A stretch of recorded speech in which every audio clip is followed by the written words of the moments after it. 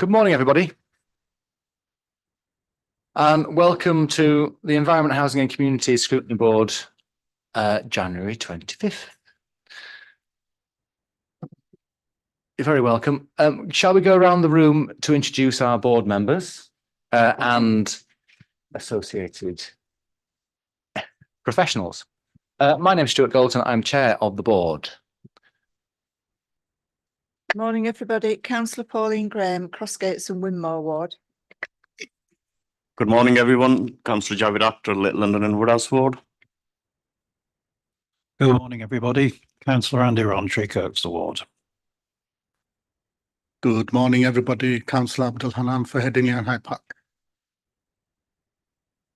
Morning, everyone. Councillor Annie Maloney, Beeston and Holbeck Ward. Good morning, Councillor Jules Heselwood, Wheatwood Ward, and subbing for Councillor McCluskey. Good morning, everyone, and Happy New Year. Councillor Asghar Khan for Bermondsey and Richmond Hill Ward. Morning, Councillor Simon Seary from the Pudsey Ward. Good morning, Councillor Penny Stables from Wetherby Ward. Good morning, Councillor Norma Harrington from Wetherby Ward. Good morning, Councillor Paddy Anderson, Adlin Wharfdale Ward. Good morning, Becky Atherton, Principal Scrutiny Advisor. Thank you very much. Before we go and introduce our guests today for the items, let's go through some of the other agenda items after we've got some more of our visitors settled in.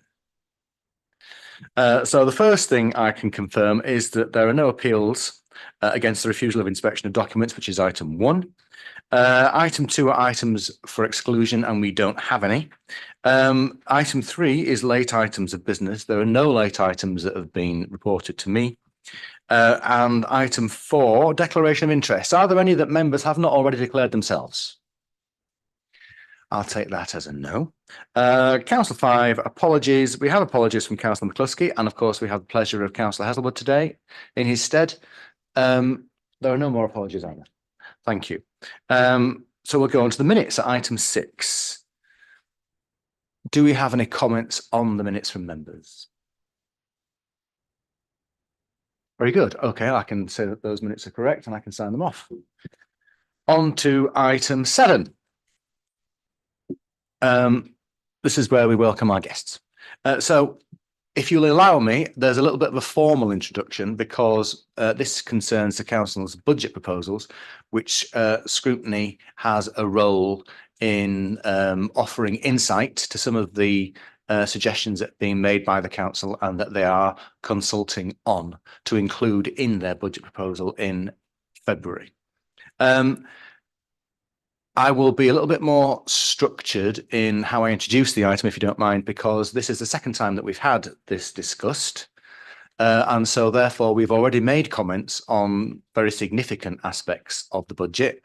And it is our intention today not to repeat those areas of inquiry and instead to focus on new areas which may have come to light since the original budget proposals were given to us several months ago.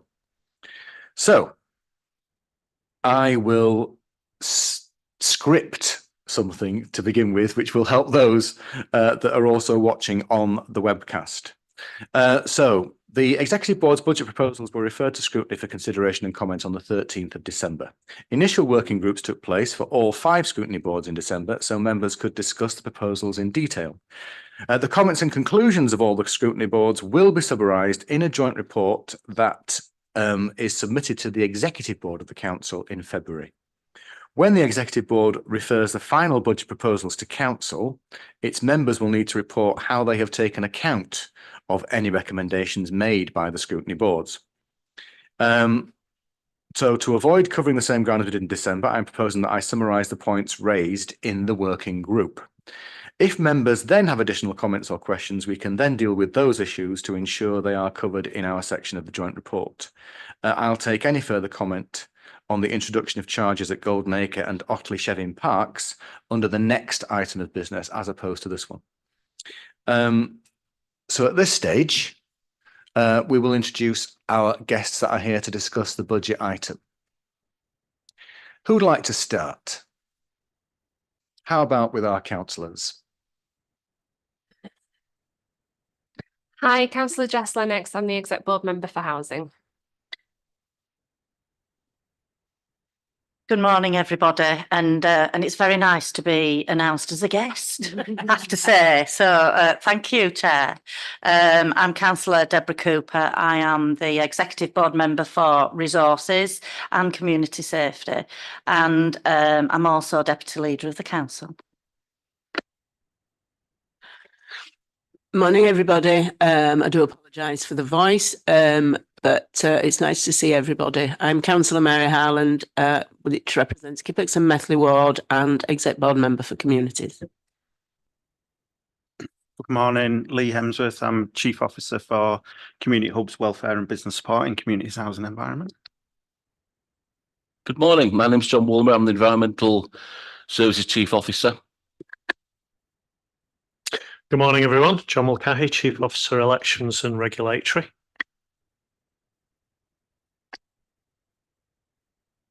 No, Financial Management. Morning, everybody. Paul Money, Chief Officer in the Safer Stronger Communities team. Morning, everybody. James Rogers, Director of Communities, Housing and Environment. Good morning, everyone. Gerard Tinsdale, Chief Officer, Housing. Good morning, Adam Crampton, Head of Property Management, Housing. Thank you very much, and we do appreciate having a full cohort of experts in the field to answer our queries. I'm going to go through the main issues that were discussed in December, and therefore we will not be referring to today. The first one was the expansion of district parking charges and the service review proposal relating to new charges at Middleton, Roundhay and Temple Newton Parks.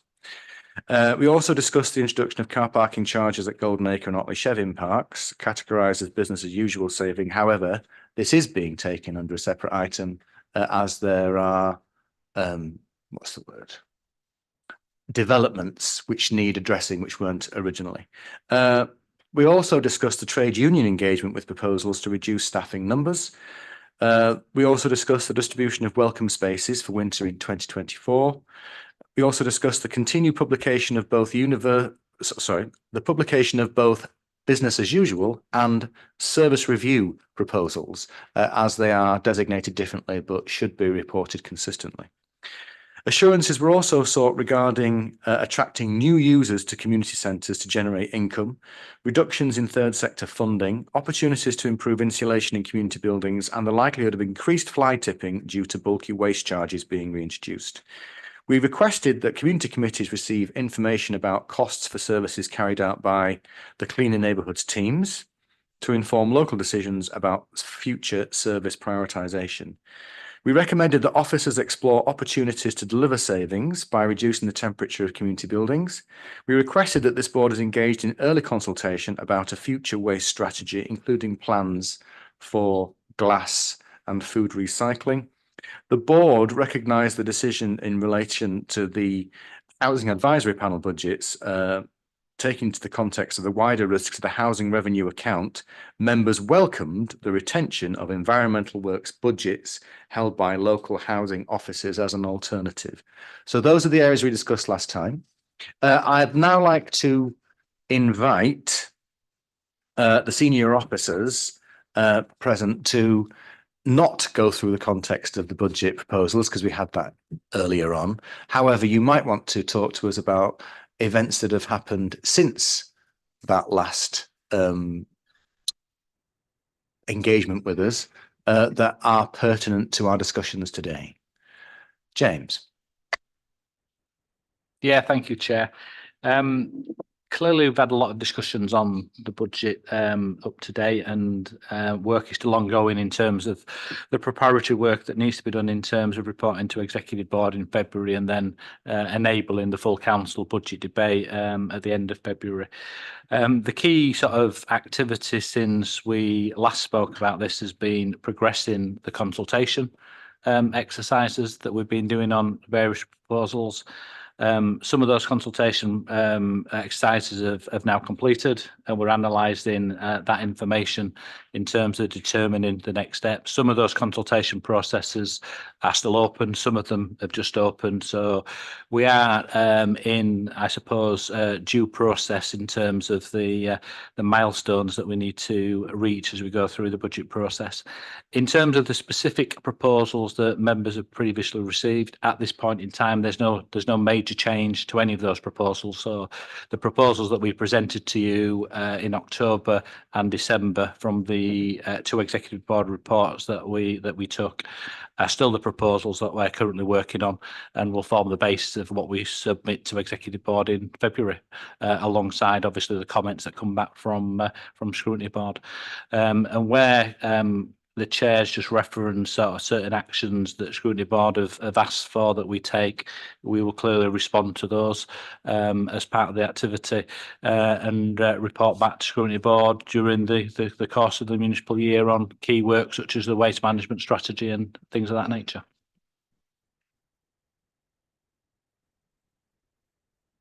Thank you. Any further comments before we ask for questions? Councillor Cooper. Thank you, Chair. I just want to add to what James outlined there, because during your introduction you mentioned around the consultation with trade unions, just to reassure Scrutiny board members that due process is being undertaken as well at the same time. Thanks, Chair. Thank you. Over to our members. Councillor Stables. I just wondered if you could inform us about the timing of the Children's Centre review and also the library review that's going to take place.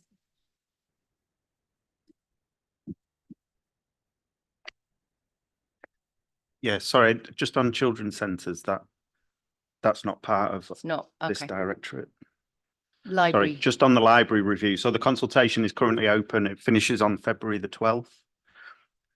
So at that point, we'll review the feedback from that and then obviously work up the proposals.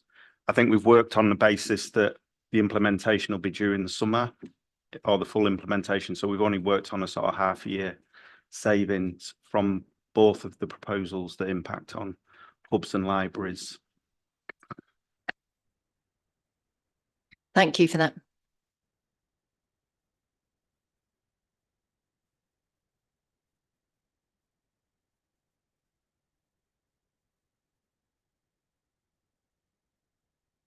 Khan, you wish to raise an issue?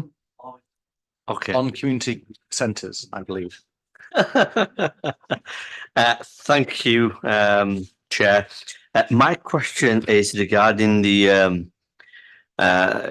locality working and also community hubs. And I know Lee just briefly, partly answered the question, is the reduction in budget on those two areas.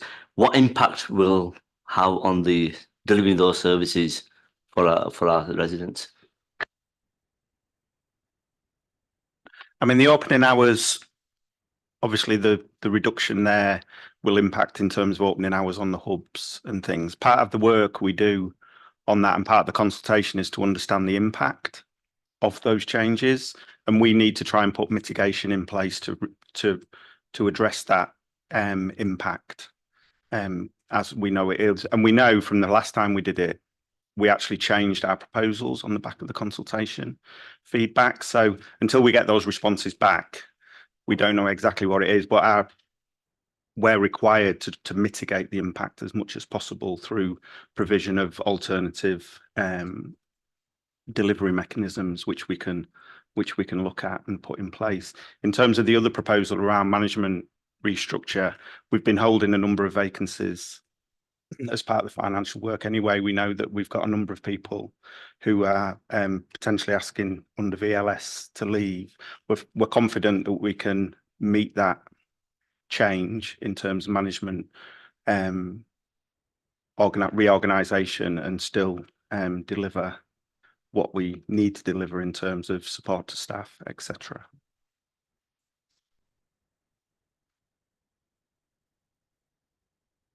Okay, thank you. I think we've concluded the item on scrutiny of the budget round 2.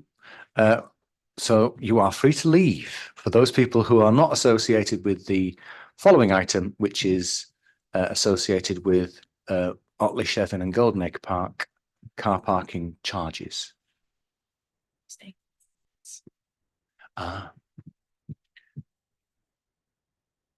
Councillor Cooper.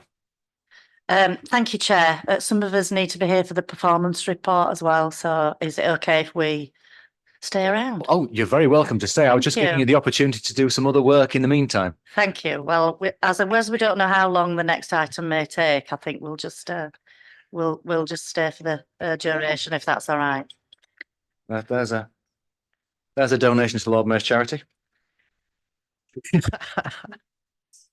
Okay, thank you, members. We're going to move on now to the item on Otley, Shevin and Golden Egg Park car parking charges. I will set out at the beginning that this has been at the request of one of our members, and I was happy to accede to it. I will let our member introduce his concerns. It's Councillor Anderson. However, at this point in time, I think it is worth a clarification at some point in the discussion is made around how the council has got to the position where they're introducing car parking charges in many parks across the city. However, some are down as a business as usual measure, as opposed to a service review measure. And we wanted some clarification, for instance, as to why the Temple Newsham, Roundhay and Middleton parks weren't included in the original universal measure for last financial year to introduce car parking charges, because I think that will help in our discussion to understand the differentiation here as well. Okay, so I'll hand over to Councillor Anderson first. Thank you, Chair. Right. To start off with, I accept the background as to why this decision is needed. So in terms of the budget problems that the council have got, I'm not trying to argue against that. What my concerns is process more than anything else. That this goes in the brief summary, it goes into a number of things. It sets out the payment methods to be used, but there is no explicit setting out about what's going to be done about cash payments in the report. Or what you're going to do about people who turn up on spec because they didn't know. You know, there could be people who don't actually live in the city could come to look at some of our, because Golden Acre in particular is one of the prime parks that we've got, and we're proud of it. So people may come in and how we're going to deal with those types of things. Then more generally, the costs of introducing it in terms of the TRO, etc., aren't set out explicitly. The alternatives, for example, sponsorship is mentioned, but there's no explanation into it as to what level of sponsorship was sought and whether or not there were reasons why it couldn't be sponsored, for example. We need to get clarity on that. We also don't know what the clarity is and how many additional people will be needed in order to police this time. Then in terms of paragraph 6, it says this proposal contributes to the best city ambition as follows in terms of health and well-being. Not my words. This has come from the AH and AL Scrutiny Board, who have also looked at this and raised concerns, and the chair has also raised concerns, as has the adult. A number of other scrutiny boards scrutiny. The resources one raised similar problems as well. So it's not just this scrutiny board that have got the issues. I can't see how that statement is correct because it will affect people's abilities to access things. But what the major issues that we've got is there is no impact analysis that's been attached as a working paper to this decision. I'm not saying it necessarily had to be put in the public domain, but you would have expected as working papers to be put at the back of this, setting out how many people that, in terms of paragraph 11, how many people they're anticipating to come in during those times, because you can then work out from that how much it's going to raise, etc., etc. And also, there is concern as well as to it's this price just now. It says very clearly in the report that this might be revised upwards. So we're giving people the wrong impression. There's no clarity on what will happen if you're actually in the park before 8 o'clock and the 8 o'clock in the morning comes along. Are you expected to then, you've come in at 7 and you stay, say, till 8:30. Are you expected to have paid from 8 to 8:30 for that particular usage or not? And clarity around that, and the same at night as well. But the major problems has been the consultation. The vast majority of people, 80% of people, objected to the proposals. So what's the point of having a consultation if we're going to ignore what the residents are saying and their feelings as to how we're going to take things forward? So basically, I think the credibility of consultations within the council have been thrown into question in respect of this one. The conclusions and evidence that are being used in the report, there is no backup evidence as working documents to justify the conclusions that have been reached. It is looking at, will affect people's health and well-being. There are the different views of the different scrutiny boards. The concessions that are there, they talk about they're going to give a discount if you're wanting to use the cafe. Well, there's no mention of how much that is. Is it the full £1 or £2 or whatever it is that they're going to do? There's no mention of that. The conflict from people who do know about these things in the types of technologies that can be used, because some of the apps are breaking down. Bradford seem to use a different technology to we. I'm not saying who's right and who's wrong, which technology is better, but there are conflicts in terms of the effectiveness of all of them. The bus services, to access the Chevron, it's impossible by public transport unless you're going to walk up a massive hill. And the bus service that goes past Goldenacre is diabolical. The mayor, let's presume, does agree to franchising in the next few weeks. That will take at least 3-4 years before franchising can be brought in. So we'll still have poor bus services. That's not been taken into consideration. And also the amount of dispute costs. The report itself was badly presented. You don't see a picture, for example, of Goldenacre. That was issued. So it's been done in a hurry. It's been done in a hurry. And the whole thing has left residents with a bad taste in the mouth as to, they took the time to consult. How wide was the consultation done? How far? Because people will come to a place like Otley from North Yorkshire.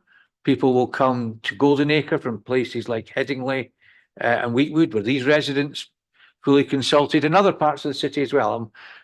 So these are my basic concerns. I think that the process and procedure for reaching this conclusion need to be looked at. Not necessarily the final decision. Fine, I respect that the final decision's been made, but it's the processes and procedures that have been used that are my concerns. Thank you. Thank you, Councillor Anderson. That was pretty comprehensive. But I believe the main areas to consider are the evaluation in terms of what the criteria are to decide whether you come to a... So I'm not being very clear.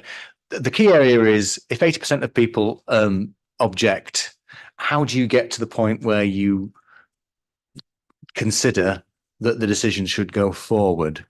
And there are also concerns around the questions that have been asked as well. So are you going to reply, Councillor Rogers? Sorry, James Rogers, that was a slip.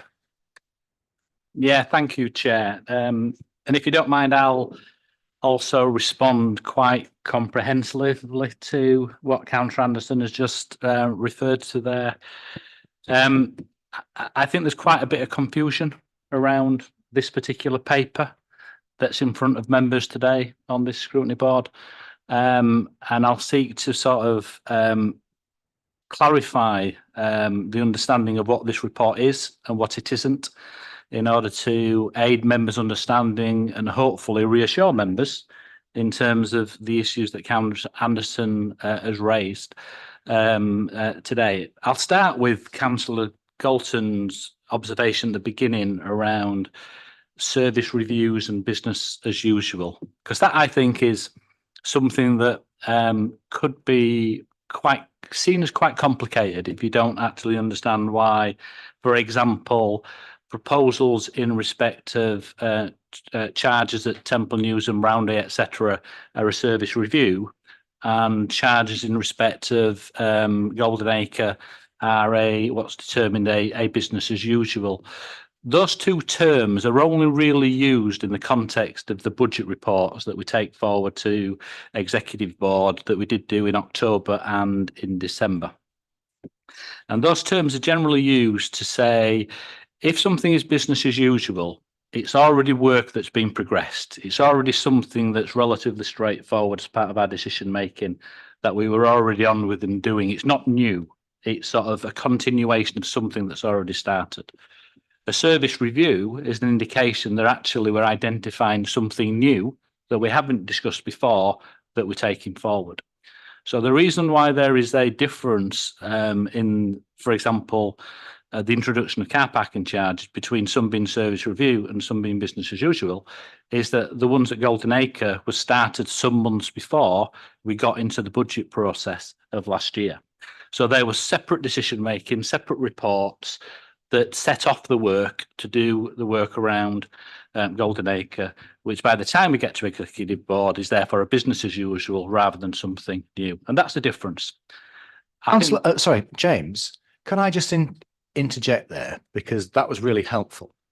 So I understand that the proposals, therefore, will have already had a level of consultation the first time round that they were discussed. So it begs the question, have you asked any questions that were different this time round? Because the result of the first consultation was that you didn't implement charging. That's not what I said, Councillor Galton. I didn't say that we'd undertaken consultation and then we're taking the decision to do something. What I said was, we agreed earlier on in 2023 that we would progress work around looking and considering the introduction of car parking charges at Golden Acre and other places within the city. And we started that work.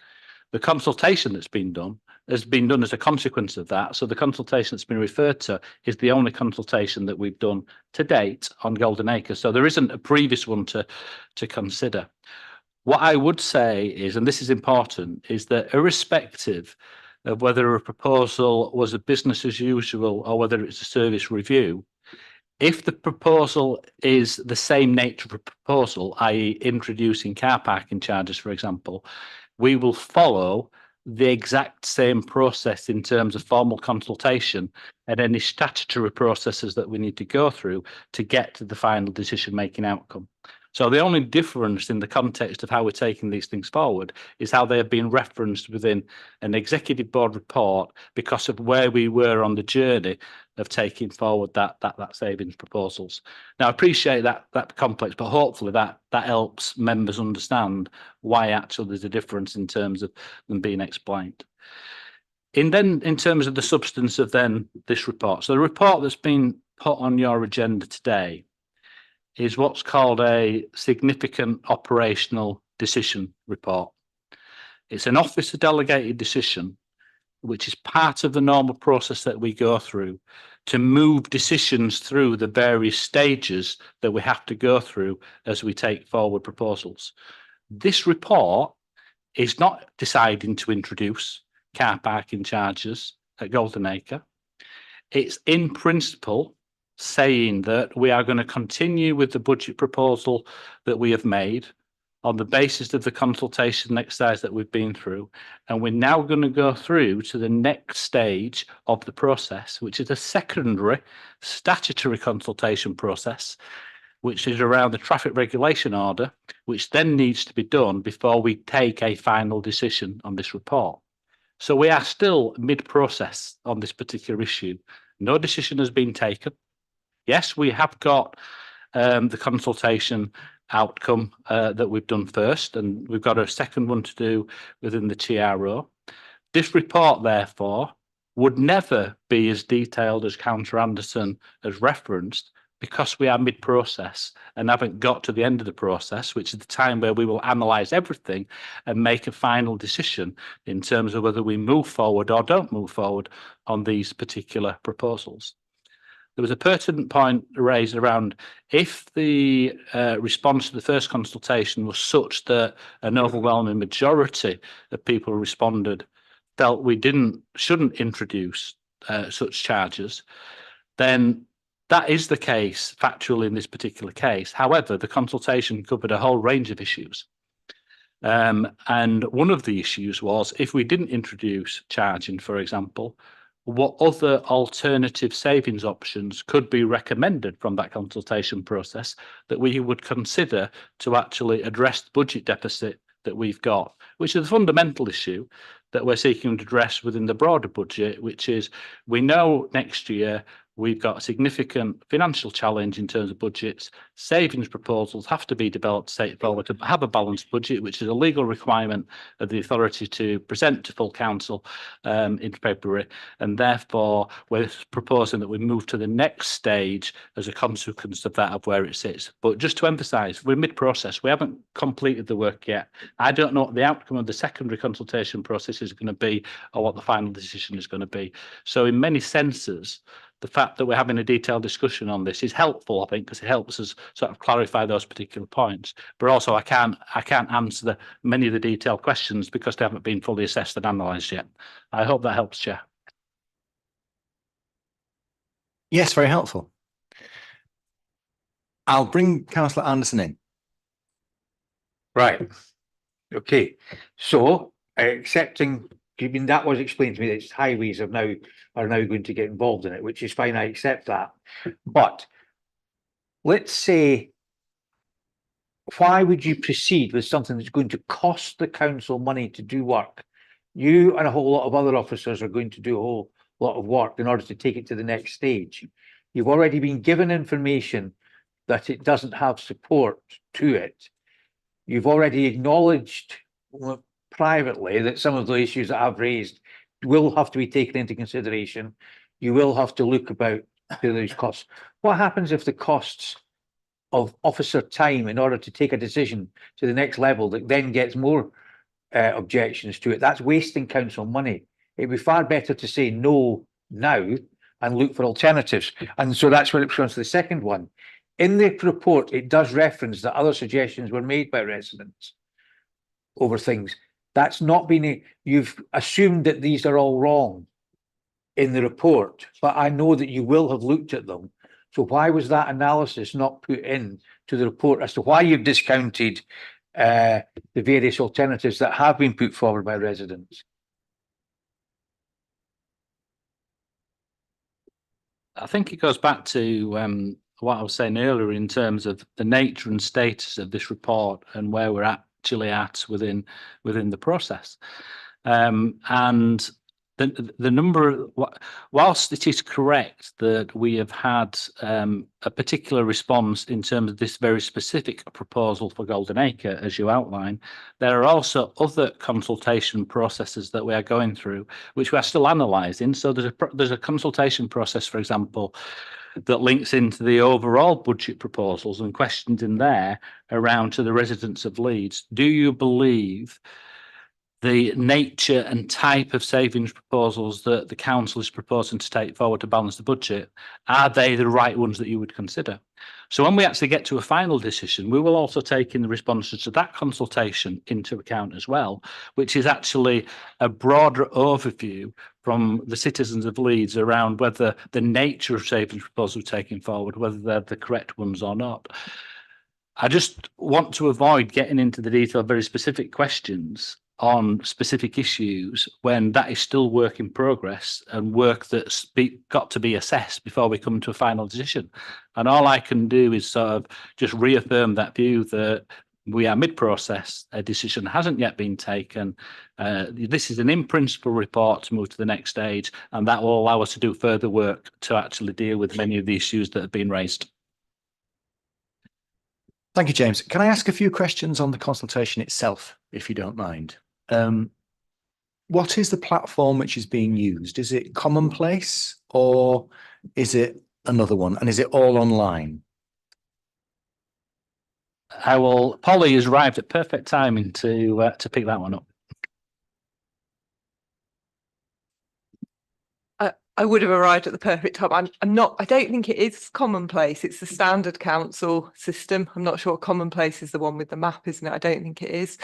It is online, but there is a paper option. So we put QR codes up in the car parks, the cafes, so that people could fill in a paper version. So we did get an element of paper response as well. And I can come back to you with the name of the system. I'm just not aware what it is. Okay, thank you. It was only in terms of understanding what the accessibility is. So I know, for instance, at Commonplace, if you've fulfilled a Commonplace survey, you're invited to fill in the next Commonplace survey, even if that survey isn't anywhere near where you live. But it's very hard to measure, therefore, what local opposition is compared to non-local support. However, if it's not that, we won't go into that aspect. On this one, I was intrigued, though, because as a scrutiny board, we have made a special effort to focus on the accessibility and safety of our parks with regard to women and girls, but also to people with other equality characteristics, particularly the disabled. And the questions that you're asking are very, what's the word? They're very utilitarian. So it asks people, how do you get there? Do you use car? Do you use bike? Do you not? Do you think the car park's in a good state or not? How often do you visit? But it doesn't actually ask for any contextual evidence. So, for instance, this consultation doesn't let us know as decision makers how many of the people that access this park are elderly. We don't know whether people are choosing to get there by car because they don't have any other option due to their health, or whether they don't have any other option due to the poor public transport. So, and we don't also have any equality characteristic knowledge to understand whether or not this is potentially a discriminatory policy. And I just wondered, since you say that the consultation is not yet concluded, whether you will be able to offer any contextualization like that in the consideration of this proposal. And while you're thinking about that, I'll bring in Councillor Stables. Whilst this consultation we're talking about today is on Golden Acre and Otley Shevin, I thought it was a good opportunity to just ask around the live consultation, which is around Wetherby car park currently. So I wanted to know whether, as part of the evaluation post-consultation, whether you would be looking at the wider impact of the decision. So the questions at the moment are, I mean, in this situation in Wetherby is obviously very different to somewhere like the Shevin or Golden Acre Park, in that it's about the town centre itself and the impact on that. So I wanted to understand if, as part of your evaluation, you'll be looking at the bigger picture in terms of the impact on Wetherby town itself and the economy and the social and community impacts that it will have. Okay, thank you, Chair. I'll deal with your question first, then I'll come back to Councillor Stable's question. So I can't recall us undertaking the consultation where we didn't include the equality monitoring information. So that will have been, I'm sure, I'm looking at Polly to just confirm that, will have been a part of that. Can I intervene? There is an equality impact assessment done on the proposal, which is a general proposal. There isn't an equality impact assessment done on the individual application in each park or questions asked as part of that evaluation. It's an internal evaluation that you make prior to the policy being pursued. Okay, right. So we will, when we are starting the process of decision making, we will prepare, for example, a draft EDI analysis, as you refer to. As we go through the process, including the consultation process, which will include the collection of equality data as part of that process, that will inform the decision making. And when we get to a final decision, we will then complete a final updated equality and diversity assessment, which will pick up those particular issues. So my question was, James, since none of these questions are asking for that equality information, at what point are you going to gather it? Polly, do you want to come in on that one? Yeah, I'm just desperately trying to find the questionnaire because I'm sure that all the equality questions are just added on as standard at the end. So are you saying to me that in the questionnaire they weren't there? In terms of because I think the emphasis that I'm making is you can go through the process, the statutory guidelines to say that you have taken into consideration equality characteristics and have done an equality impact assessment. But if you don't actually ask individuals equality impact based contextual questions, then you're not going to get a sophisticated picture about how they make their decisions because they are of that equality characteristic. And just measuring whether they are of an equality characteristic at the end doesn't fit to say that you've actually done the right analysis according to an equality impact assessment.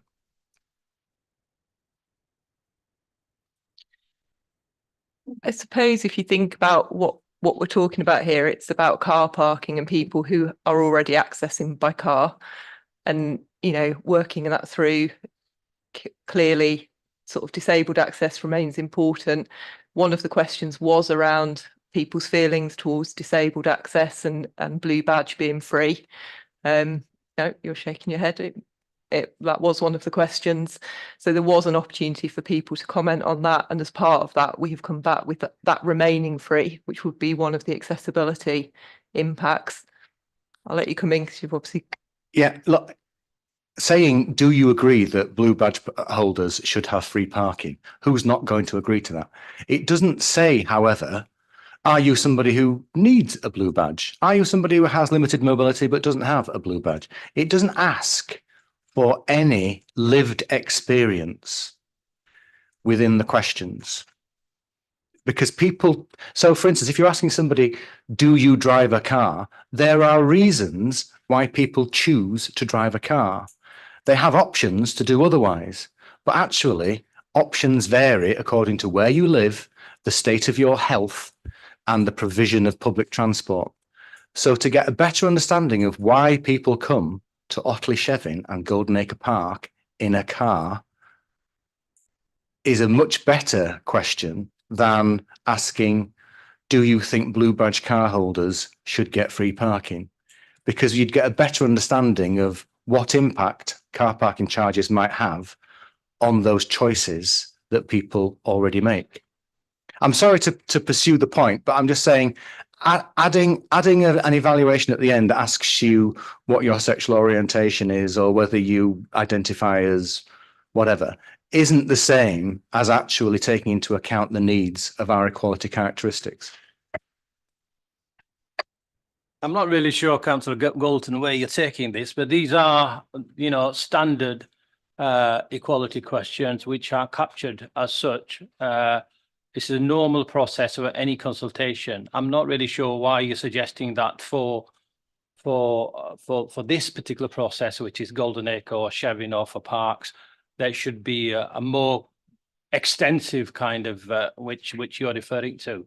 This is a standard council kind of a questionnaire which we put out to more, well, all consultations, I would have thought, which are taken from are captured from the quality kind of impact assessment, which is used by, I suppose, by many other organisations in local authorities as well. But you're suggesting that this is something I mean, I'm not really sure. I mean, we'd be here all day by, going backwards and forwards, and I'm not agreeing with you on this, to be honest with you. I think it's we could spend more time, better time, discussing some other issues around this and give other members a chance, Chair, with due respect. Well, with due respect, this is a scrutiny board and we're trying to understand how councils come to decisions and the commitment that they might have to some aspects of that decision making.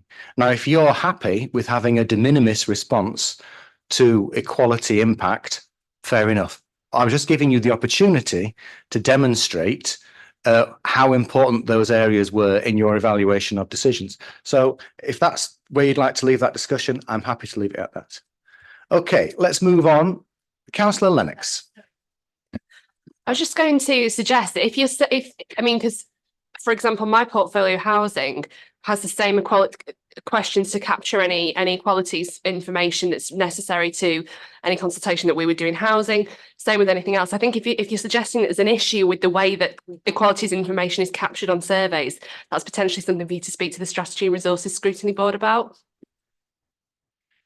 I think the point I was making, Councillor Lennox, is that if you rely on the standard evaluation questions at the end of a process and you don't ask questions that you formulated yourself in response to your own interests in your own service area about how contextualized decisions have in terms of individuals with different characteristics, then that's fair enough. What I'm trying to understand is the level of it. So, for instance, we've got concern from the AHAL Scrutiny Board around the access to green spaces and how that will impact people's health and well-being and its impact on equalities, and people of low income as well. And we've also got a concern here where we want to ensure that our parks are accessible for people with equality characteristics and for women and girls, and that their voices are heard, their lived experience is heard. And I think sometimes it's nice in an evaluation, in a consultation, if you don't just ask standard questions and that you actually make the effort to include questions which ask people why they make the decisions that they made, not just ask them what decisions they make. And in terms of this is just an example. I'm not saying this is special and that this is the only way that these contextualized questions should be added. It should be at every single consultation that we make, because people are not just transactional. They don't just use a car or use a bus. The reason why they use them is just as important as the fact that they do use them. And I was just wanting to know how that was gathered evidentially. And I don't think that we have a process at the moment that it does. So I'm quite happy with that response. Just quickly, I mean, well, now what you said is, I agree with you, because if you think as a board, as a member of this council, you think that the general process or the questionnaires we take as a council that needs to be relooked, and then that's exactly what Councillor Lennox just referred to. That maybe I think as the Resources and Overview Scrutiny Board maybe need to have a look at that. So, but what we can't do is going to sort this out today and question the officers that, well, this should have been differently, but when this is actually done according to a normal service we as a council we do. But I do take your point that if you think, well, that's not right and we need to kind of widen that remit, then I think something we need to look at as a local authority. James. Yeah, thank you, Chair. I just think it's important to stress that, again, we're looking at, on this particular case, something very specific in terms of a set of questions asked around a consultation. It's important when we're designing consultation that we actually get them right to maximise people completing them and getting their feedback to us. The more complex that you make them, the more difficult you make it for people to complete these surveys. You will not get the information back that will be the informative information that you need to make an effective decision. It's not that the equality monitoring information is just tagged on the back of a consultation process, because actually there are specific questions, as Polly's referenced in there, which do address the equality issues around particular proposals. But it's also then the analysis that you do against the responses that you've got, against the equality characteristics, which then help you lead to conclusions in terms of then doing the equality impact assessment that will be done when we make the final decision. And what I would say is, just to reassure members again, is that Leeds City Council is highly regarded for the equality practices that it has in place, in particular its equality impact assessments and the work that we go through. And again, I emphasise the point that I made earlier. We haven't reached the end of this yet. The documentation will all be there when we get to make a final decision, which will address all of the points that have been raised. And then while I've got the microphone, just to mention Councillor Stable's question, because I can do that very, very quickly. I'm pretty confident that that point that you raised will come up through the consultation process, which will then require us to actually consider that and address it in terms of how we then take that particular proposal forward as well. Councillor Actor. Thank you, Chair. I think one thing that we all need to understand why this particular has brought to the attention and the charges, and there is a lot of things I can say, but I'd rather keep the politics out of it. But none of us, all 99 councillors who have been elected, we all have been elected to serve the communities. We sometimes got to make decisions which are really harsh. And what we need to understand, this local authority has lost more than, well, almost close enough to 3 billion now over the last 14 years or so. I think we should give credit to our officers for the work they are doing, and they're trying to keep the balance with regards to the consultation. And James is absolutely right. Leeds City Council is the champion of the equality, and that's something that we need to be proud of. And all of us, we need to understand where we are at the moment. And if it wasn't because of today's government, we wouldn't have been in this position. None of us came into the office because we wanted to charge local communities. We want to make life easier for the local communities. But however, the position this local authority is in at the moment, all of us understand. We're all adults. We all know what's happening, and we all need to keep politics out of it and work along with the system and see how we can come out of this mess that this government has put us in. Councillor Rowntree. Thank you, Chair. In the brief brief summary paragraph at the start of the report here, the second sentence gives a clear implication that there's a sort of a specific purpose for raising this money to maintenance of the maintenance of these car parks. Assuming that the proposal goes forward, is revenue raised in this way? Is it going to be ring fenced? It doesn't actually state that, but it does. There is a clear implication that that's the case. And if Chair will permit me, there's one more general thing. The council uses the word consultation a lot, and we've used it a lot in this session this morning. I'm just wondering if officers feel, because I'm starting to think we need to perhaps be careful in the way we use the words of the public, because it's often perceived, if it's announced there's to be a consultation, many people see it as like a referendum for consultees, if you like. There's some kind of public vote, and if you don't like something, you put your hand up, and it's not going to happen. And I think that's very rarely the case. I'm just wondering if we need to be a bit more cautious about this, and there's anything we can do to help us sort of get out there that this is what a consultation actually is. Thank you. Thank you, Councillor Rowntree. Any further contributions? Councillor Tudor. Good morning, and sorry for being late. An urgent matter with a resident this morning. I always really appreciate Councillor Anderson's 40 or 50 good questions, like he did with the highways a few months ago. And I was really pleased to hear him say about that the buses won't improve for 3 or 4 years until franchising. So I'm pleased that he's thinks that will happen. I just wanted to reiterate that the council is not exempt from the financial pressures in this country.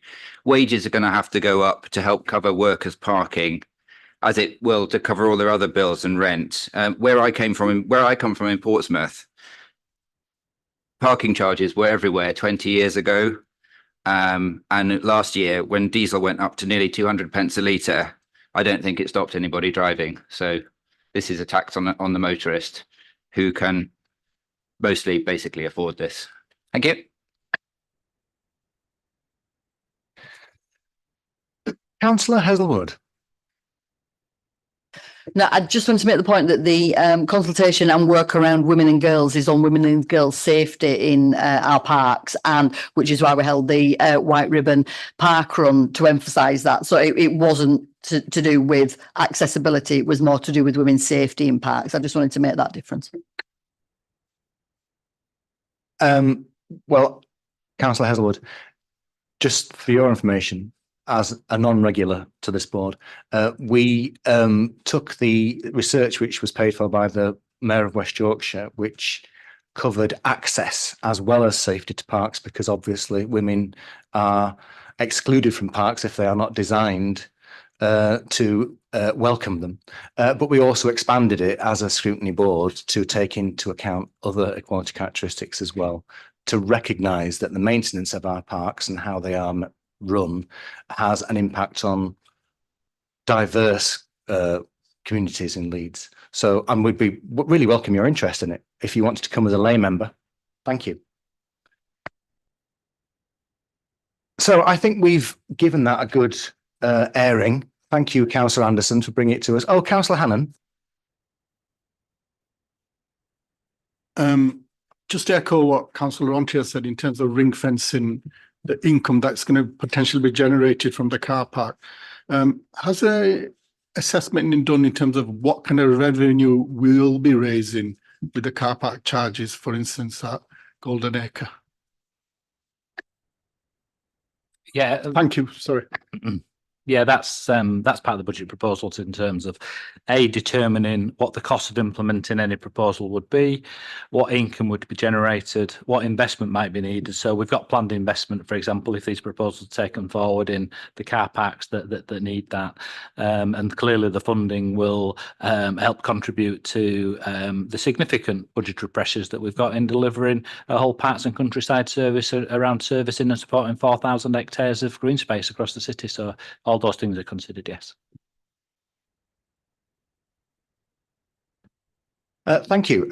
I think as recommendations from this discussion, first of all, Councillor Rafiq referred to another scrutiny board as being responsible for looking after the equality characteristics and the council's management of it.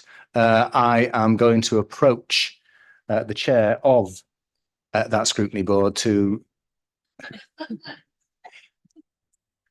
yes, but it has to be said formally, councillor, to discuss this, to understand how individual departments take their responsibilities seriously in terms of including equality characteristics in their general consultation, as opposed to that which is specifically around equalities as part of a formal expectation that the council has.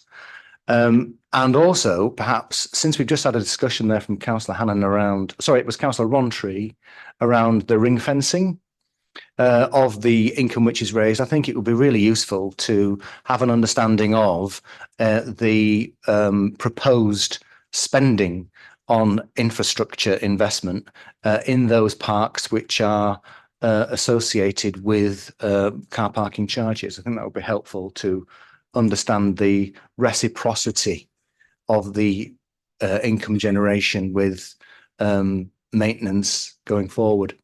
Thank you very much for your attendance on that item. We're now going to go on to the performance monitoring item.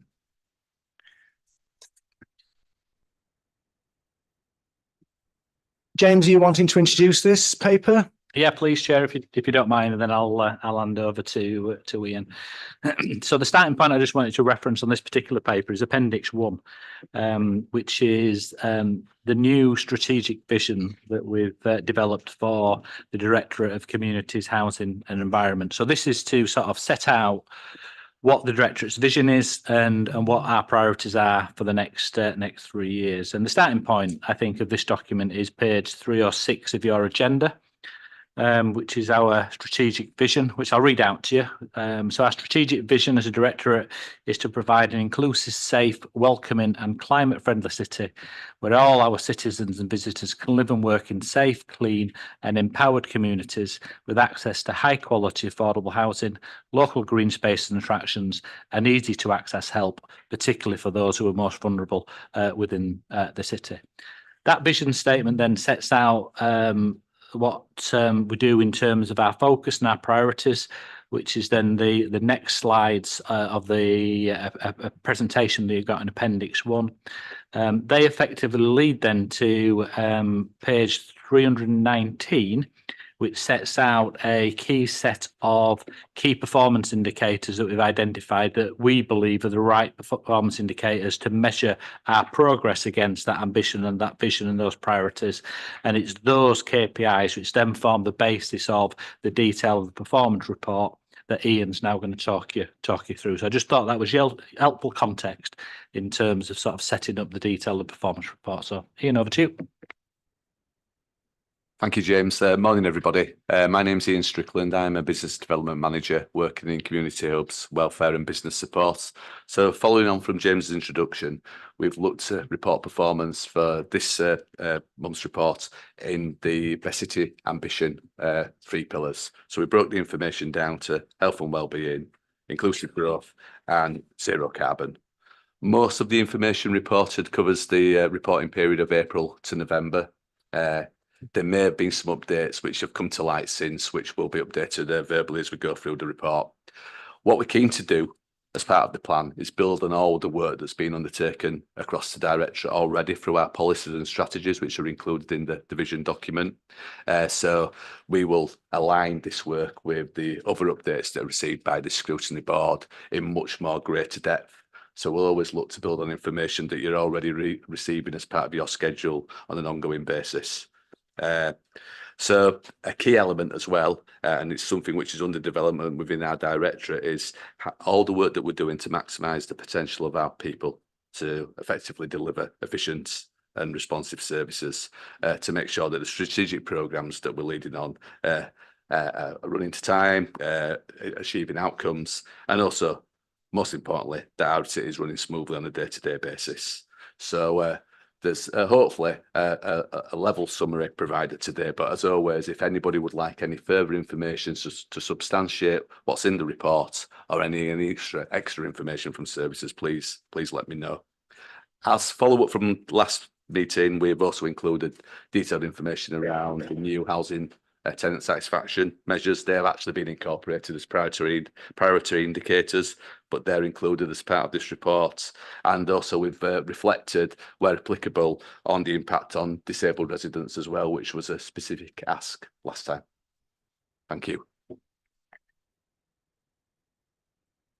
Thank you. And I also remind board members that we're going to have a substantial housing item at the next board meeting. So I would suggest that we resist taking forward our interest in the housing performance in this report and concentrate on other aspects of it. Do I have any questions from board members at this point? Okay, well, I will raise one if you don't mind. And it concerns our proposals around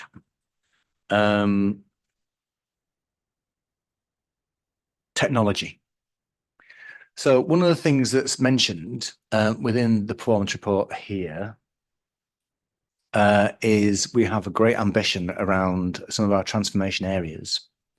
And some of the delivery of them is dependent upon some significant technology investments. However, as part of the budget proposals, there is a reduction in our capacity in IT. And I just wondered if there'd been any risk analysis done around reducing our capacity in technology and then expecting technology to offer a greater impact in some of our transformational areas.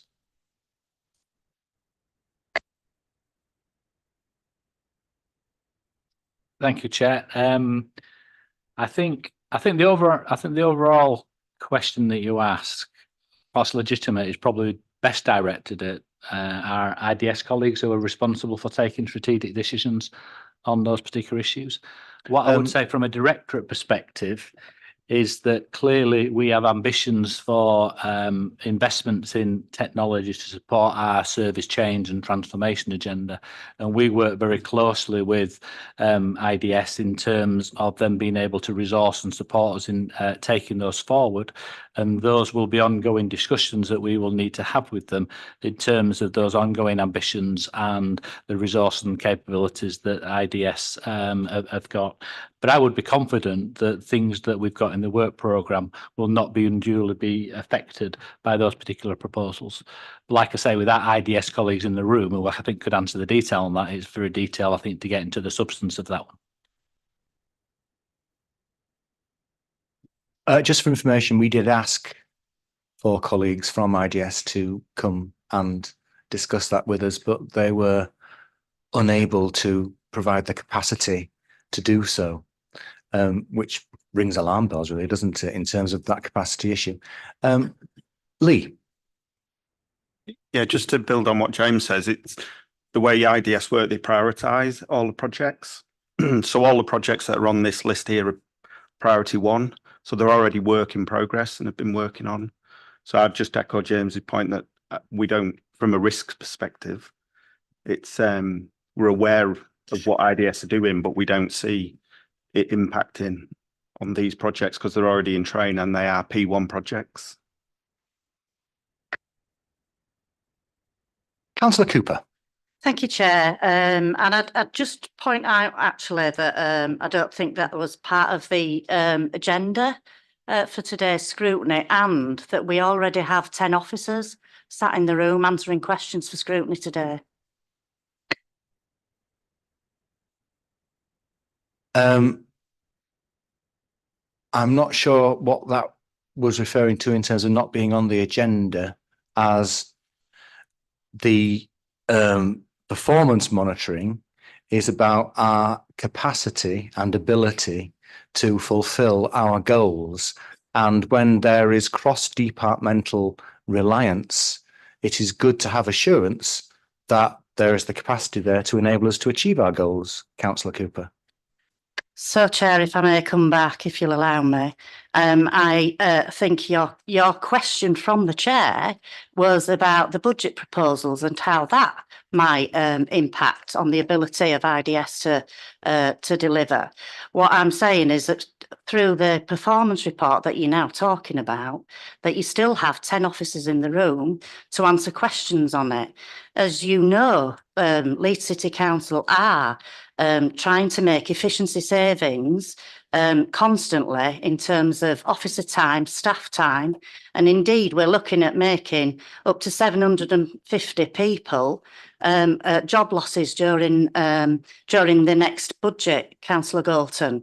So I am just making whoever may be watching this on live stream aware that there are 10 officers in the room already willing to answer your questions.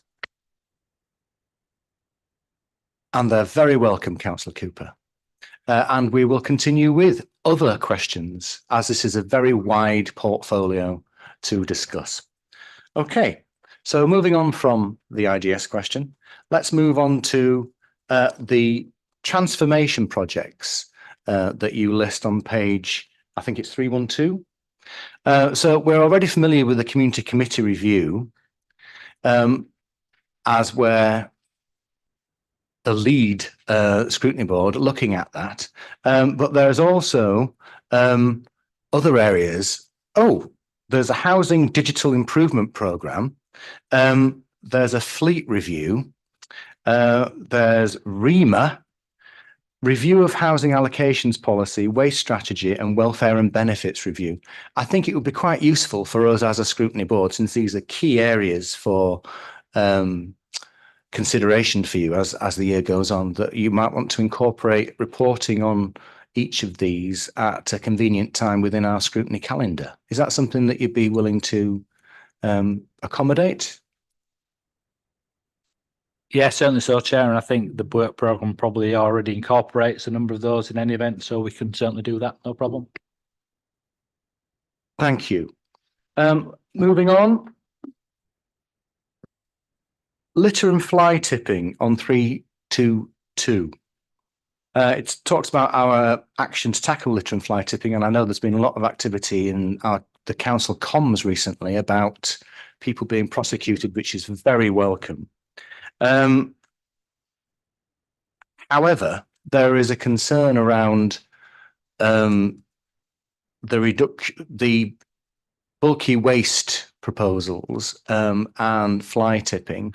And once again, I just wondered if you had any areas where you show that you're showing due regard to that, to ensure that fly tipping still remains a priority for us in terms of our focus. Thank you, Chair. Perhaps if I take this one. Yeah, absolutely. Reducing fly tipping remains a key priority of the service and the council.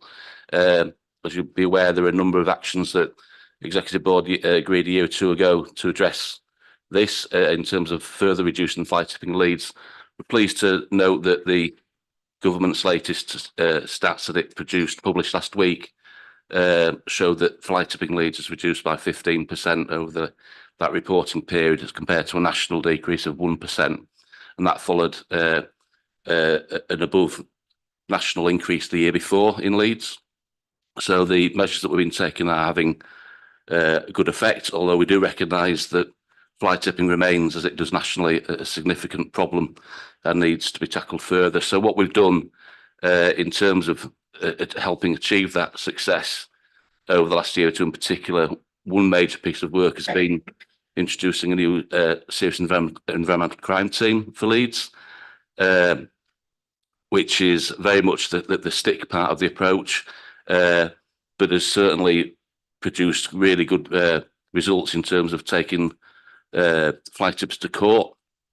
So a number of successful prosecutions, including a couple of custodial sentences in the last year, and the seizure of many vehicles, including the crushing of some of those vehicles as well. And that's work that I think has been recognised across the board, and indeed has been shortlisted for a Keep Britain Tidy National Award, which we'll find out would have been successful next month in York. And we've taken other steps as part of that strategy, for example, increasing the accessibility for trade waste to use the Kirkstall and Seacroft waste sites at weekends. And we're currently in the process of developing with colleagues in the council a accredited waste scheme, carrier scheme, which we're hoping to launch in the next month or two. We've done the work to get that set up with the technical work around that, and we're starting to contact waste carriers around them joining that scheme. So that's quite an exciting development that quite unique in the country. So that'll allow typically those waste carriers that perhaps the better waste carriers, I can put it like that, the more legitimate ones that we know that work responsibly and legally. It'll allow them to accredit themselves to a council scheme, and for customers and residents to be able to go on a website and choose a waste carrier to take waste from their property that they can be reassured the council is working with and scrutinising in terms of their legitimacy. So that's going to be quite an exciting and good development this year. So yeah, that's a very quick off-the-cuff summary of where we are in terms of the actions we're taking and the success so far. Thank you, John. That's very good. Members, in terms of the health and well-being aspect of our jurisdiction as a scrutiny board. There is an area in there around hate crime. And I know that we've mentioned this before at scrutiny board. And we've, for instance, raised the issue around disability hate crime and how it is reported, and having a better understanding of where that presents in terms of in the home, at work, or at leisure. Since we haven't had an update on that as yet, would members appreciate having a particular item on hate crime and its prevalence in the city, including reporting back on those aspects we've raised before? Yeah, I see a nod. So that would be very useful. Is that okay with you, Paul? Yeah, Chair, it'd be quite timely because we're working on developing a new strategy. So we're planning to engage on it anyway. So I think that would fit very nicely with the forward plan on hate crime. Just a small item. I noticed on page 324 around the dedicated noise nuisance service relating to students. I just wondered if there was confirmation yet that funding from universities was available to continue that going forward. Yeah, thanks, Chair. Perhaps specifies that by saying that we've received no indication that there will be a cessation. And indeed, we have, we're very pleased, both ourselves and the two main universities in the city, very pleased with the analysis of the work that's been done on what's referred to as DS1 in the papers. But that specific piece of work around supporting residents in highly populated student areas of the city. So we would hope to continue with that work, Councillor Galton. That's good news. I know it's been very welcome in the past, that level of partnership working. Shall we move on to zero carbon element? Since as we said before, the housing element is something which we're going to discuss at the next meeting. Do members have any questions on that? Councillor Rontry. Thank you, Chair. I have a question which I guess is probably for John. He was kind enough to organise a briefing for new members earlier in the week, and we went down to a HQ in Newmarket. Approach very useful and informative event, and thanks for that. One thing I didn't get the chance to ask, and I'm sure this is probably on a lot of people's minds, is whether you can give us sort of an update on the likely date for the implementation of the new bin routes. I think it's his sort of position now. I'm talking to residents about bins and saying, oh, there's a route view in progress. It's all going to change. Can't proceed with enforcement until we know what the new routes are. Any information about when would be really appreciated. Thanks. Thank you, Councillor, through the chair. I didn't get a chance to update you, did I, earlier this week on that. So our current plans at the moment are to implement the new routes at the end of February, beginning of March.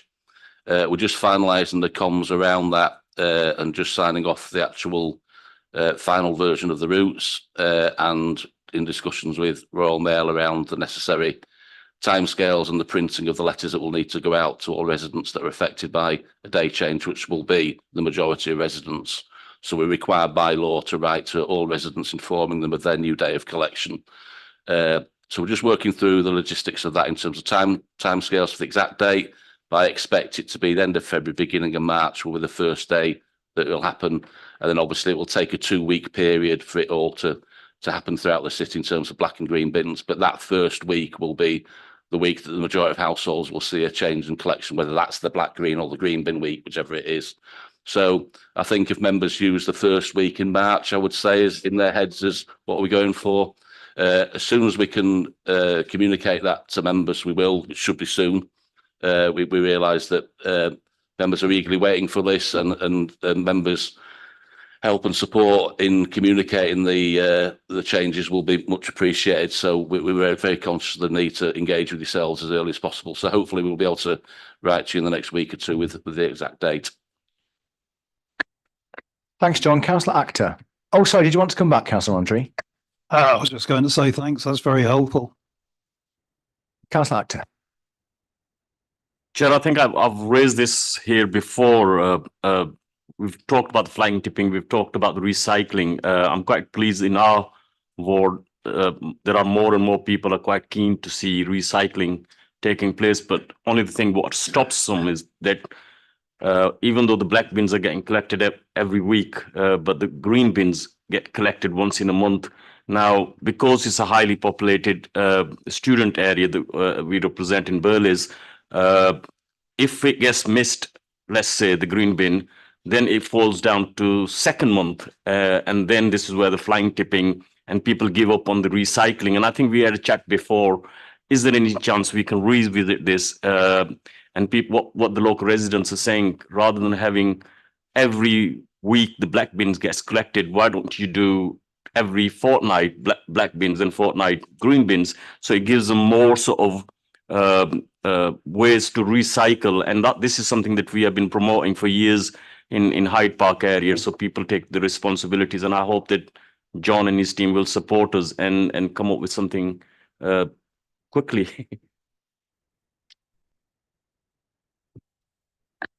Go ahead. Thank you, Chair. Thanks, Councillor Actor. Yeah, as you know, we've had a discussion ourselves recently around the specific issues in your ward, Councillor Actor, and I'm looking into those, and we'll get back to you as soon as possible. The general approach we've taken in terms of moving more properties to what we call alternate week collection has been to have those conversations at the ward member consultation meetings we've been holding over the last year or so, and identifying ourselves and also yourselves as ward members where you feel streets could move to alternate week collection. Just bearing in mind the pros and cons around that. It does mean that if you move to alternate week collection, you effectively lose one collection every 4 weeks.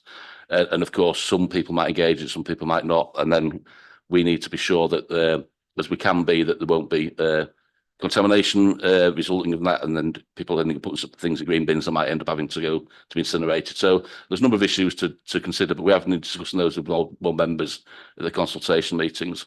So as a result of that, I don't know the exact figure, but there are thousands of additional properties as part of the route review moving from weekly black bin collections to fortnightly collections.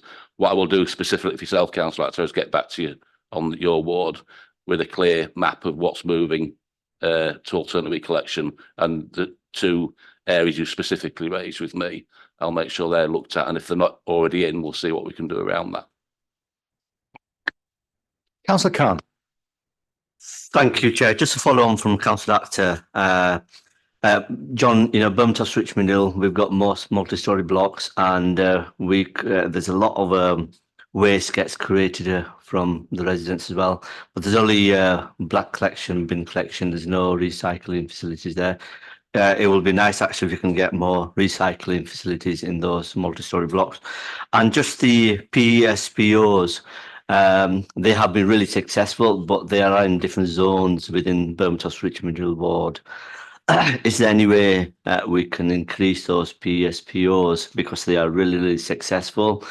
People don't. What it does is it prevents people parking in the back streets and on the corners for obstruction of cars. So, so bins can get emptied on a regular basis. How successful are PSPOs, and will they be implemented in other areas as well where we've got issues and concerns? Thank you. Through the Chair. Thanks, Councillor Khan. I think obviously we'll, as I've said before, we'll discuss at a ward level any opportunities to increase recycling at any locations. That's something we would rather do. We'd rather have more recycling, but I do caution around the issues that have prevented that in the past, and making clear where we can introduce it. There'll need to be other action that takes place to make sure it's successful.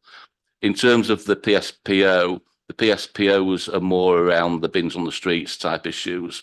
It's the TROs, traffic regulation orders, that are more specifically around the yellow lining of street corners and clearing streets for vehicles to access. So what we've tried to do is a combination of those things where resources allow. Members around the table recall was bringing that to scrutiny in terms of the TRO work that we did across the city, and I do believe that has a significant benefit across the city in reducing the number of repeat misses at certain locations where access was a problem. We have a good relationship with highways, and highways are actually proactive at coming to us now around very specific locations where that's still an issue. There's a burden of proof around that, to making sure that where a specific TRO is in place, that there is evidence that that is actually causing, for example, collections to be missed. So we can consider those in working with highways colleagues. The PSPOs, as we've had discussions before again here, are a very specific tool linked to the ASB, and it's the Behaviour Act. And we work with colleagues in Safe for Leeds around those. The caution around those is we agree they are effective where we do them, but they're extremely resource intensive, as you know, Councillor Gow, from experience in your ward. So although a PSPO may cover quite a wide area, as it is in your ward and in Headingley area, for example, the actual work that's done to enforce that is very concentrated in that wider area. So it's a few streets at a time stuff, because of the intensity of work that's required to educate people, provide evidence that we have done that. We've given people chances. We've gathered evidence that's specific to certain properties, and there's the big burden of proof required before we get to the stage of issuing a fixed penalty notice or ultimately taking people to court, which we have done. But it's a very effective tool, but a very resource intensive one. But we're always happy to discuss that at a local level, but it will need resources identifying, and that clearly therefore is either moving resources from elsewhere to stop doing something else, or creating a resource through another mean. But yeah. Councillor Tudor. Thank you. It's a question for Mr. Walmer again. I'm, as a local councillor, I'm embarrassingly excited about the route review. And I'm just imagining what will happen to our inboxes when quite a lot of people on 17,000 streets get this wrong in the first 2 weeks. I think perhaps think of a survival guide for councillors about will the recovery process be expected to be the same 2 days, or should we realistically be telling people that they've got no chance? I think that's one for me to take away and include. You're absolutely right, Councillor, in terms of, as I mentioned actually before, that the relationship and the good relationship with ourselves and members is really key in this one. And that's about good comms to yourselves and information we provide to you to help. So absolutely, that'll be part of what we send to members and ask for support on where that's possible. And being really clear about what we can and we can't do is a hugely important part of that. And we will be clear about that. Thank you. Councillor Hannan. Thank you very much, Chair. John, another question for you.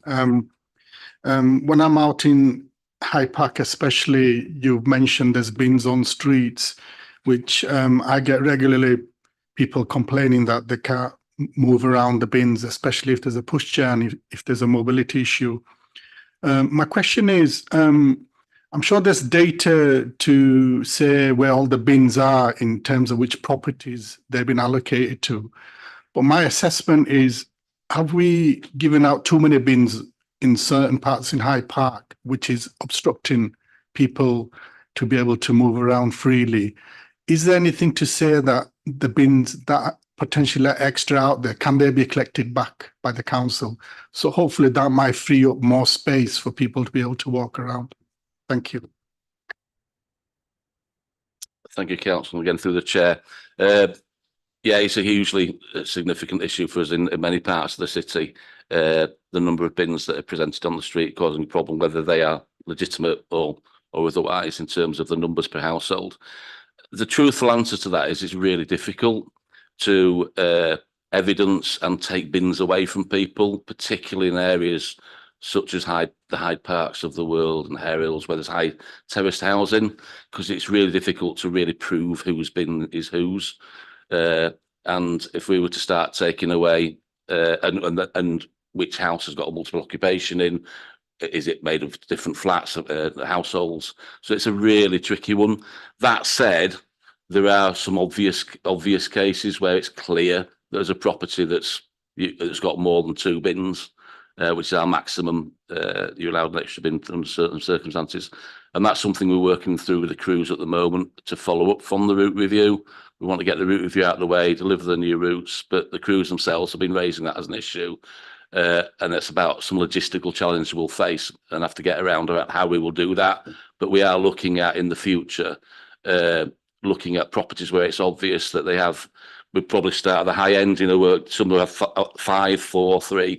Would start at those really high end first and start removing those bins. But again,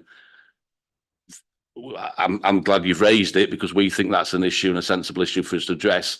But again, that'll need some sensitive communications and explanations around that and why we're doing it so we get people's support around that. But we agree that's an issue, certainly. Surely, John, the bins have a number on it that does it not say which house has been allocated to? I'm surprised that's not happening then. You mean like a sort of a reference number, like a lot of no? Because I can understand your surprise, but once you start delving into the history of bins, someone could have had a bins for 5 years, 10 years, 20 years. They might have nicked it from the neighbour. Sorry, they might have borrowed it from the neighbour and forgot to take it back. They might have acquired their own bin through the means. It just isn't that straightforward. Before my time, and I know it was looked at in terms of potentially chipping bins, but I think that came then with all sorts of issues around a backlash of people thinking that was the forerunner for being charged extra. Maybe we're in a better place for that now to having those conversations, but it's not on our radar. So I absolutely, completely understand what you're saying, and you would think it would be like that, but the reality is it just isn't. It just isn't. It isn't in place, and I suspect it isn't in place in any other part of the country, to be honest. Just to finish off, I encourage your kind words and that you're going to look into it. I'm just speaking from a resident's point of view, and I've actually seen it in some places in Hyde Park. I can't even see the pavement. So please do have a look at ways of collecting these unnecessary bins, and then hopefully that will free up some of the pavement space for people to walk. Thank you very much, John. Councillor Hazelwood. Yeah, it's just a quick one on just following up our accessibility conversations from earlier. I know a couple of years ago we had a conversation about bins being left on pavements so people couldn't get past in like wheelchairs or mobility scooters, that kind of thing, and with a pushchair or a pram. And I've noticed that kind of creeping back in because you did speak to the crews and they were pushing, bins back against a wall, so pass were clear, that kind of thing. And I know when my street puts our bins out, we all wheel them out, put them against our garden wall so people can get past. But then I've noticed that they're just being left on the pavement again. So people, until they're brought in, people can't get past, if they have got mobility issues or something like that. So I just wondered if we could just remind the crews. I'm for 1 minute saying the crews have got to put the bins back, but just push them against a wall or just to the side of a pavement so that people can get past. Again, through the chair, just very quickly come back on that. Absolutely, it's a massive issue, and you're right to point out that we need to keep repeating that message to crews and to residents. We are still working at the moment on looking at producing some kind of video, potentially through a corporate group around accessibility. So it might be worth a conversation around that. That's both aimed at residents and at staff. So it's both ways really around the importance and the consequences of leaving bins in certain locations and just taking that extra care, because we do recognise that it's a occupational hazard of how we collect bins and the problems it causes, they're real, and we understand that. So yeah, we will, what I can do more immediately is repeat that conversation with crews, but just to reassure, we are looking at a more sophisticated piece of work as well around producing video that hopefully can produce involving people who are otherwise affected by it as well, and I think that'll help get the message across a bit better. Oh, I think we'll all really welcome that. Thank you for asking the question, Councillor Hazelwood. Councillor Harrington. Yeah, actually, John's actually just answered the question I was going to ask, because I did ask a question in full council. It wasn't asked in person, so I received a written response which was very helpful, saying that the crews were given training about putting bins back where they'd actually found them, so that residents are putting them out, and they have been asked to do that. But I am pleased to hear about the video that you're thinking about, John, because that's going to be really helpful in all of our ward where the pavements are particularly narrow. Thank you very much. Councillor Actor.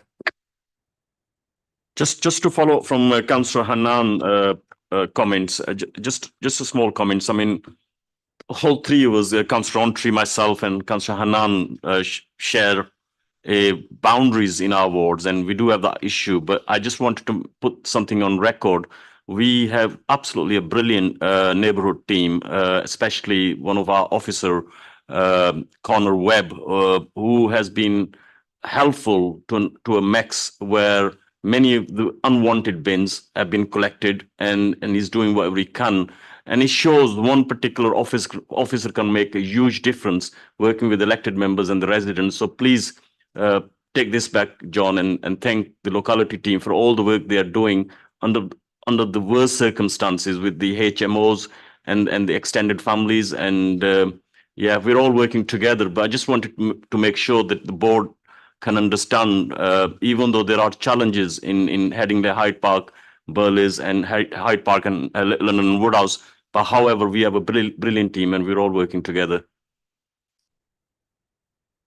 Thank you, Councillor Acton. I'll certainly make sure that's passed on to the staff concerned. That's really good to hear. Thank you. Councillor Stables. Another question for John. Could you give us an update, given the change in legislation that's coming, about food waste and glass collection, please? Go ahead, although I am aware we specifically asked for an update on waste strategy in those areas at a formal item, which I think it's June or July. It's June or July. Oh, well, it's worth having an answer now then, isn't it?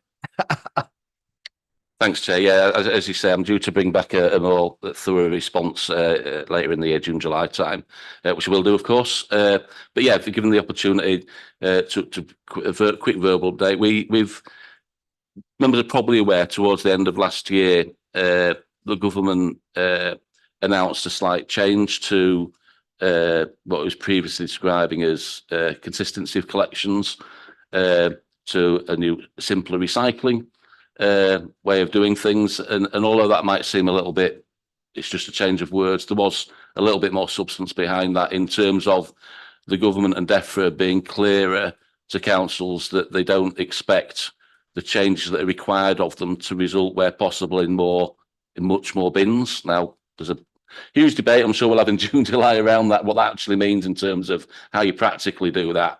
But certainly a clearer sort of guidance from government and DEFRA around, look, we would encourage more commingling where possible and less bins. Whether that also means containers as well, we were a bit unsure about. So that was helpful in that at least there's some progress and clarity around that. And also around that time, DEFRA announced that they were looking at 2026 as being the date by which glass and food in particular would be required to be collected from the curbside by, and announced that funding will be forthcoming, revenue funding will be forthcoming and announced in this forthcoming financial year, I assume through the next budget, but we'll just see. There is already some existing money available in terms of the capital outlay that is required to set up food collection, and they've written to councils in the meantime to say how much that will be for each council. So we have an amount of money now that we understand that we would get from capital money. So that's to buy new wagons, the bins or containers, whatever they might be. But what we were all waiting for, all the councils waiting for, is well, how much money will we get to staff those and collect those that waste.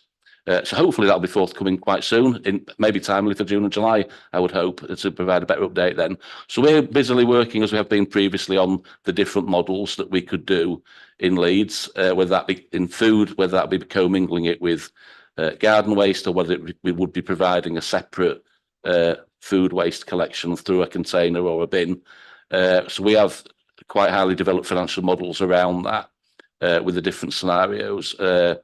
And as I say, what's key is understanding what money we will get and what that's based on from DEFRA.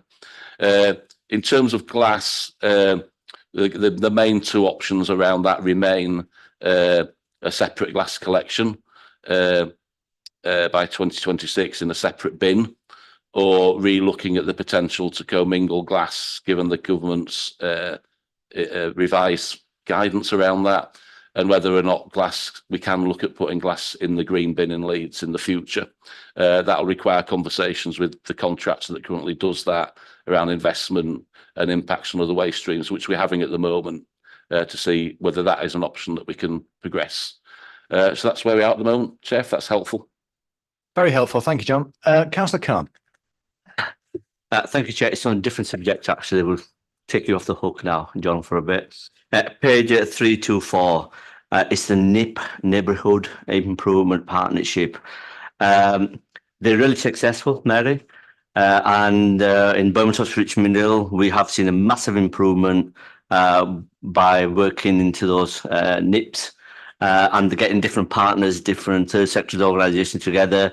I just want to echo and congratulate the West Yorkshire Police and Leeds City Council officers on the new initiative, Clear Hold Build in Hare Hills and part of the Bermatoffs ward.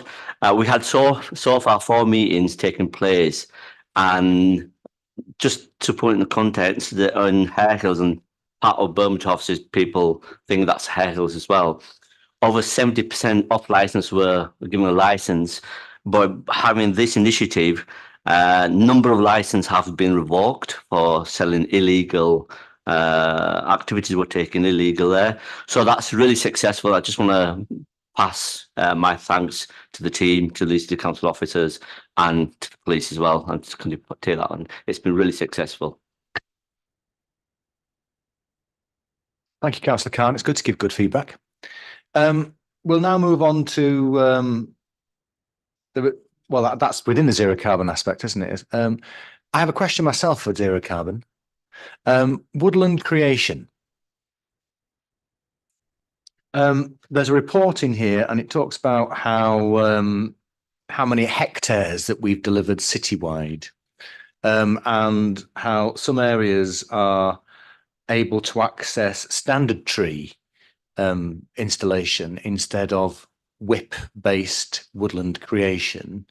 And I wondered if we were able to have some kind of report, not necessarily within the official reporting structure in terms of papers presented to scrutiny, but background information would be very useful to understand woodland creation ward by ward, because obviously we're quite a densely developed city, and some of our inner city areas are those that are depleted the most from tree cover.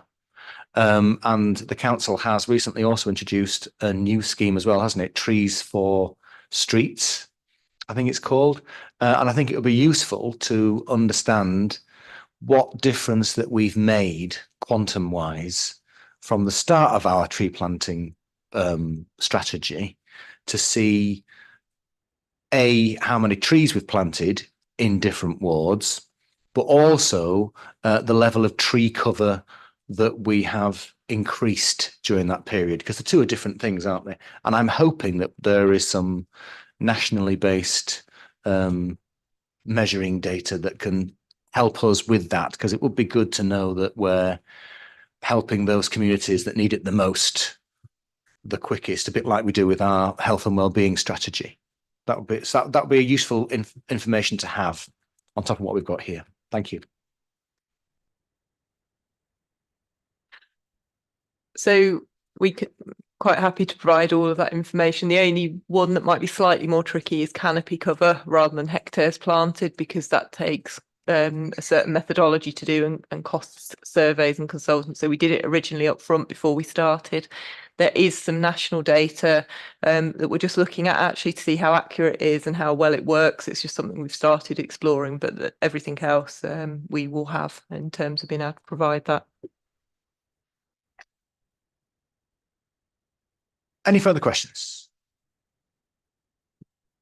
Okay, thank you very much. I think that's item completed. Thank you for your attendance. As Councillor Cooper reminded us, your time is very precious, so please go back to your offices and continue doing the great work that you already do. The last item is work schedule, is it, Becky?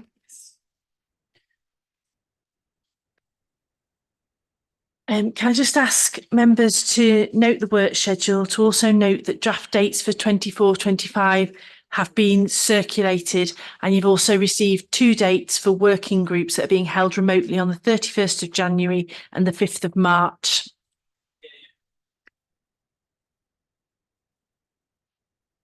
Any questions on the work schedule? Great. Any other business? No. Thank you very much and enjoy your lunch.